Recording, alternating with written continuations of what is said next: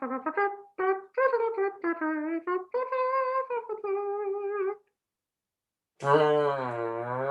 a trombone.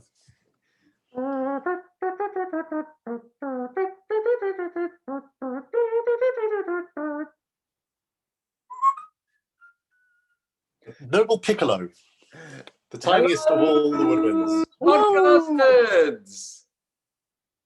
Well, we are taking a little break from writing our new, very mysterious, dark and twisty novel. Not really. We're writing a very not that dark and twisty, is it now? big adventure called The Great Dream Robbery, which we're very excited for you to read one day. We're allowed to say, aren't we? Oh yeah, it's out. Yeah, we can say. Yeah, no, it's in the public domain. I think. Yes. Welcome to the podcast room. I decided to go for this framing. Do you like the framing? I like it very much. It's literally you've made yourself into a movie star there, which betrays an amount of insecurity that I never actually thought you had. How about this one? Whatever works for you. This is a good one. Oh, that's nice. There you are. Oh, you're in the Italian city of Bologna, eating burrata, delightful, and drinking Chianti, and possibly. Now you've literally gone into the wine cellar to drink more Chianti, and now your children have walked in. You're an expert on North Korean politics all of a sudden. Well, here we are. Let me put that back on. Let's go grayscale. Well, hello everyone, and oh God. Oh. Hashtag 2020. Oh, what even are you doing? I didn't know you had to do all of this. I didn't know there were these. What? How very cosmopolitan. Ooh, a glass of water. Someone's doing very well. Hello. Ooh, peace and love. Peace and love. My God! This is a serious message to all the podcasters who are listening and watching this update right now. Thank you for sending us a special Christmas podcast. We love you so much, and I'm sat here in my tax haven saying thank you so much for making our day. Chris, anything to add? I'd just like to say that this podcast update has not been tossed. It has not been tossed. It has been listened to, and it made me feel all the peace and love, and very nostalgic and very emotional, because recording the podcast was the best part of my week. I rarely laugh. I think, Greg, you would agree. You know, I'm not a big laugher, and I used to leave the recording sessions for that podcast with tears of laughter streaming down my face, which is a wonderful thing in this life. Yeah, if you can find a job that lets you do that once a week. Well, yeah, I totally. Can you take me seriously with the pig, or we're gonna have to? Okay, fine. Yeah, it was a really lovely surprise from Yulia and the rest of the podcasters. So big thanks to you, Leah, and everybody. What were your favourite bits from? Not that we've got favourites, but I would ask your favourite bit. I haven't got favourites. Lovely to hear the lovely voice of Ina from Argentina singing as always. We were saying how very grown up Chloe and Wee Judy sounded playing Bullhead. Yeah, they sounded properly. Sounding good over there. That like two comedians should just know. You should be hosting radio shows of your own properly. There's a podcast, is there? I think there's I don't know. The Skit Twins stuff is still going on, but yeah, I think Chloe and Wee Judy are still on the airwaves.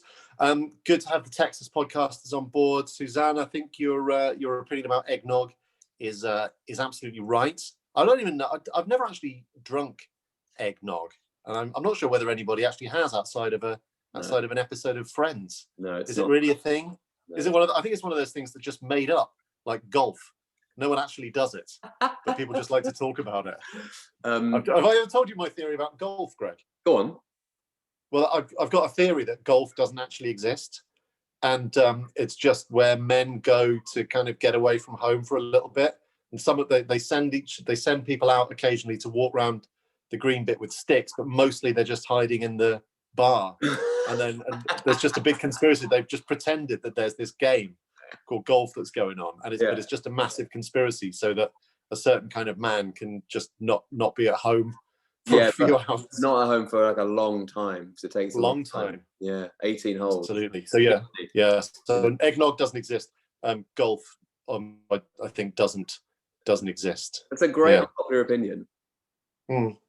What, golf doesn't exist? Yeah, more of a conspiracy theory, really, if we're being honest. But it's a good conspiracy. And Nazir won Bauble-head. Oh yeah, so it was Max, Nazir, and Abby playing Bauble-head, which is always a good festive game. And I mean, it's amazing to hear Yulia sing. Always, isn't it? I mean, is amazing the word I'm looking for? So yesterday, I was listening to the podcast whilst I was collecting leaves in the garden. Oh, have you got the set now? Have you got all of them, or are you still? I've got all of them. It's the new Pokemon Go. Do you paste them into like a sticker book? Gotta catch them all. Whoa, Sycamore! I'll swap you. But it was interesting because as I was raking, Yulia was singing, and how restful. Well, I thought there was something wrong with the rake, but it was actually. Did you think you think you inadvertently pierced the hedgehog? Yeah, I thought I had. Yeah. But that said, the effort was great. But can we be honest? We can be honest with the podcasters, can't we? Yeah. The rendition of Silent Night was mildly harrowing. At my school, we used to get marks on a report card, right? And you would get a number from 1 to 5, 1 being the best and 5 being the worst, that indicated how well you'd done in something. And then you would get a letter from A to E indicating how hard you had tried, right? So if you got a 1A, it means that you would have achieved a really high level and had tried really hard to do it. So I think we could probably categorize that as a 5A. 5A is high effort. It's fair, I'd say. It's a bit like at school when you win the Endeavour Award. Exactly. You get the Achievement Award and then you get the Endeavour Award, and both good, but both mean very different things. Absolutely. So you're awarded the Endeavour Award. Oh, hang on. Where's me Ringo filter? Julia from Germany. You are awarded the Endeavour Award. What 5-1? Is it 5A? 5A? Yeah, 5A. Yeah. Did you see the football last night? What was the score? 5A. You won the Endeavour Award, 5A. Congratulations to you. So you will not be lost. This video is not going to fit on Twitter now because it's over 2 minutes. Oh no! We could put it. We'll put it somewhere. We'll put it on a. We can put it on my YouTube channel because there's never anything on there, so we can stick it on there if you want. Great! Yeah. I didn't know you were a YouTuber. So, yeah, I mean I'm not, because there's like 3 things on my channel, but it's just a place to put things where there isn't room for them on Twitter. This is exciting. I think we've just stumbled across a new place to house the impromptu Zoomcasts. Sure. Yeah. We're Zoomcasters. We're Zoomcasters. It's the Zoomcast. Let's do the Zoomcast. Okay. Greg, do you want to hear some strange Christmas traditions before we go? Please. In Iceland, there's a tradition about the Yule cat, where the tradition says that a giant cat roams the snowy Icelandic countryside at Christmas time, and workers that work hard at Christmas time will receive a new set of clothes. Workers who don't work hard will be devoured by the giant Yule cat. Oh, well, yeah. I think the punishment doesn't fit the crime. I think that's doesn't really. Real sort of, that sliding scale is ridiculous. So if you do well, you get clothes. If you don't, you're dead. you get eaten by the Yule cat. Yeah. Hello, I'm the Icelandic Yule cat. I'm here to eat you. In Norway, the Christmas tradition is Can you put yourself on? Have you got any of these filters? Because I feel there's a cat. There's a cat here, isn't there? I don't, because I'm on my phone. I don't think I know how to do that. Oh, you're a cat. Yeah. Is this the Yule cat? No. Hello. You can be the okay. You be the Yule cat then. I don't know. Hello, I'm an Icelandic. I'm an Here, Icelandic. I'm the Yule cat. Hello there. I'm the Yule cat. How are you doing? Merry Hello, Christmas. Yule cat. I'm an Icelandic farm worker, but I've worked extremely hard this year, so please don't eat me. Would you like some new clothes? Yes, please, very much. What Could about they be quite the rest warm? of your friends? Have they been working hard or not? They have, apart from Jürgen, who I've noticed has bring been slacking Jürgen off. to me immediately. Yeah, Jürgen Godmansdottir. He's been Right. He's been very lazy. A special treat for Jürgen. Tell him to come to my lair immediately. Yes, I will. I'll pass that on to him. Thanks, Yule Cats. You're welcome. And Merry Christmas to you. Merry Christmas, Yule Cats. Okay. Thanks. Oh. Yeah. And in Norway, Greg. It's Norwegian, but I felt like it was sort of in the right area. Well, I've got a Christmas tradition from Norway. If you'd like to hear about that. Well, I've just done the Norwegian accent, so okay. Well, carry on. Because in Norway at Christmas you eat something called risengrynsgrut, which is a hot rice pudding with sugar, cinnamon, and butter. There's an almond hidden in the pudding, and if the almond turns up in your portion of the pudding, then you win a prize, Greg. And do you know what that prize is? Clothes? No, no, no. No. You win a marzipan pig. Hello. Hello.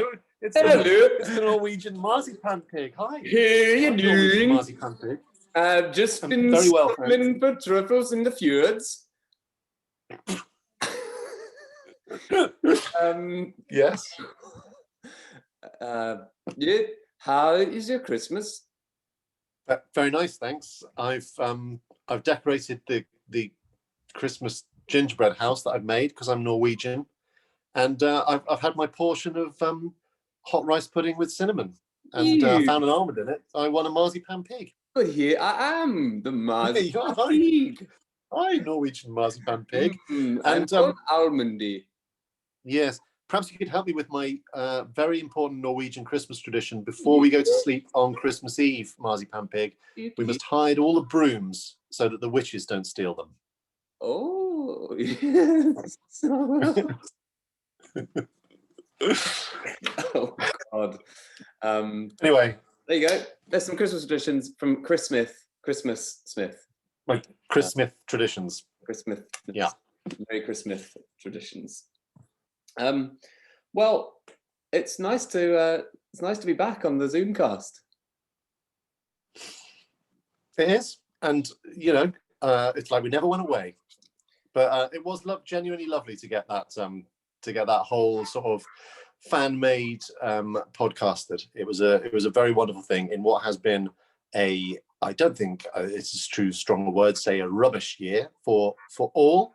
I'd actually go as far as to say it's been rather rubbish. Oh, blooming heck. Strong language indeed. But the silliness and the love between the podcasters around the world is helping to get us through. So thank you very much indeed. Merry Christmas. Peace and love. Peace and love. Peace and love. And we will see you on the other side. Are you going to put this on YouTube now? Yes. Great. I'll WeTransfer you the file.